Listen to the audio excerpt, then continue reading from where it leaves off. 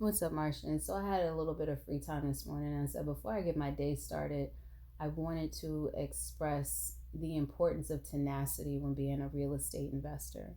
This space by Martian Digital and all of the different podcasts with different parts of my brain being poured into it, they are coming from my own personal experiences. You may have better ways of doing things. You may be curious about ways outside of the ways that I'm doing it. It's not meant to tell you what to do. It's meant to express to you how I've done it, the results of how I've done it, and to give you inspiration and maybe some low level foundation to your own aspirations so that you can achieve the goals that you have in different areas, specifically in this case, real estate investing.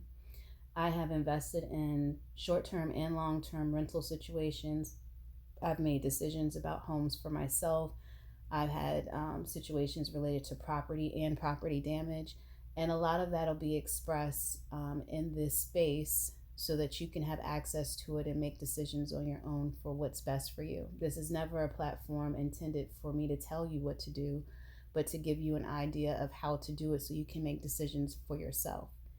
But one thing I will tell you that is important in anything that you do, no matter who you are, is to have tenacity. If you don't have tenacity as an investor, then you're going to lose before you get started on your path to winning.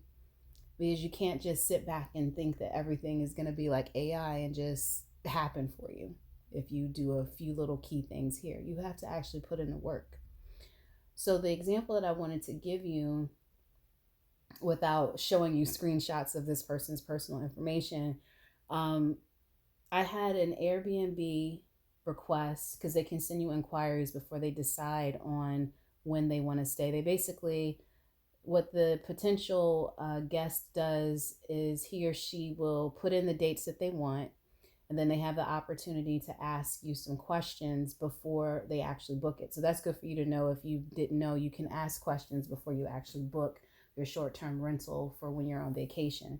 So I oftentimes get inquiries about like how close is it to NRG Stadium and just different things. How far is it from this particular airport because this is where I'll be flying in? Are there any rental car places? Little things like that. And just so you know, you have to be readily available for that. You have like 24 hours to respond to that, or Airbnb is not going to consider you a good host, which is true. You know, you have to be communicative. So that's communication is a different conversation, but communication ties into this version of tenacity that I had for this situation. So I'll try to make this as short as possible. What happened is I had a guest who was coming into town with one other person, and they were interested because I have the space theme. I have that location that's so close to NRG Stadium, and so they just had a few inquiries. And so I answered the questions, gave them a little bit of extra information related to like airport distance and the fact that there's public transportation nearby.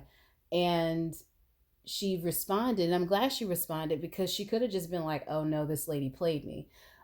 She responded and said, "I really wanted to book the space, but the price has increased." And I didn't do anything to cause it to increase.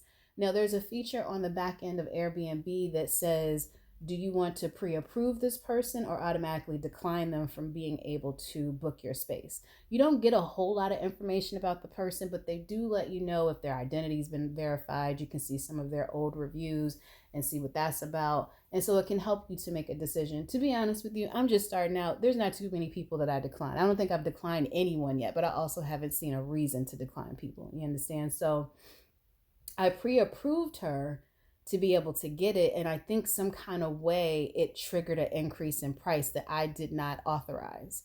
So when she told me that she was going to book the space, but the price increased, I was like, I didn't do that.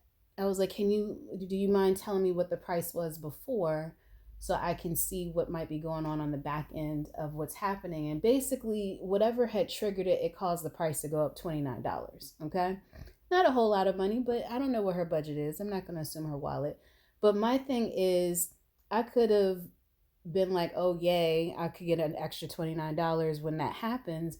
Or I could be a good host and have a potentially good situation, because what happens a lot of time, because Texas is so big, because Houston is so popular, A lot of times, just to have a staycation in the same state, people come from other cities that are like an hour, maybe 2, 3 hours away.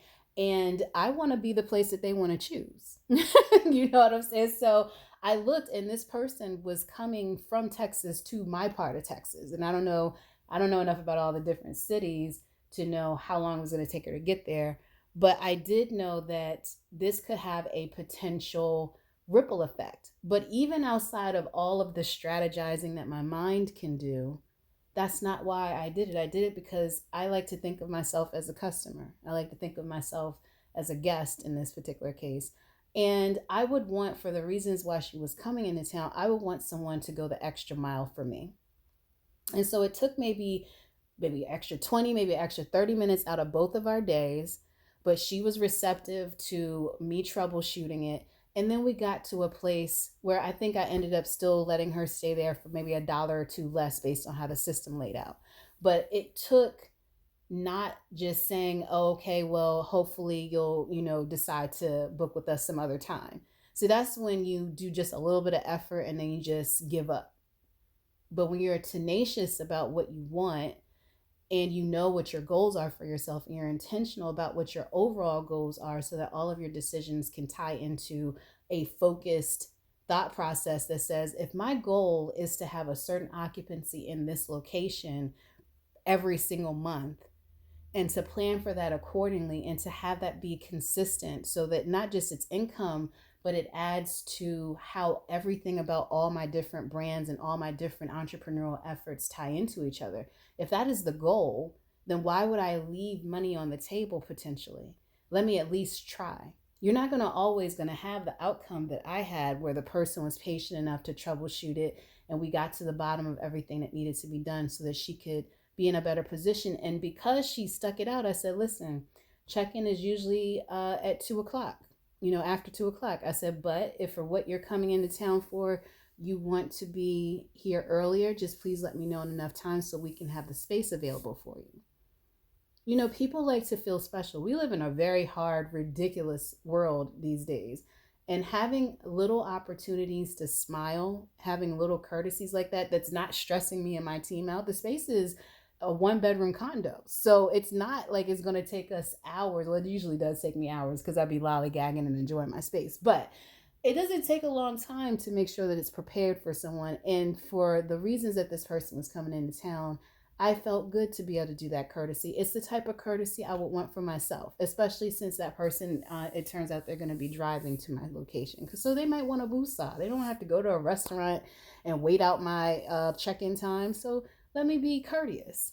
It's being flexible is something we'll talk about when I have another story to tell. But tenacity, especially if you are a person who, like I said, likes to kind of rest on your laurels, or likes to be a person that puts in a little effort, just enough effort to say, well, I put in effort.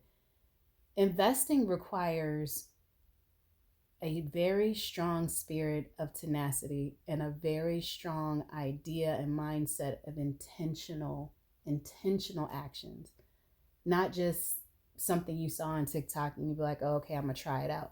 This is not a try it out place. This is a place that when you decide you want to start being an investor in anything, but especially real estate, because it's so many moving pieces and it's different from state to state. Always know that I'll be talking about my experiences in specifically Texas currently, and specifically Georgia from the past. So you always are going to need to do your own research for your own areas. But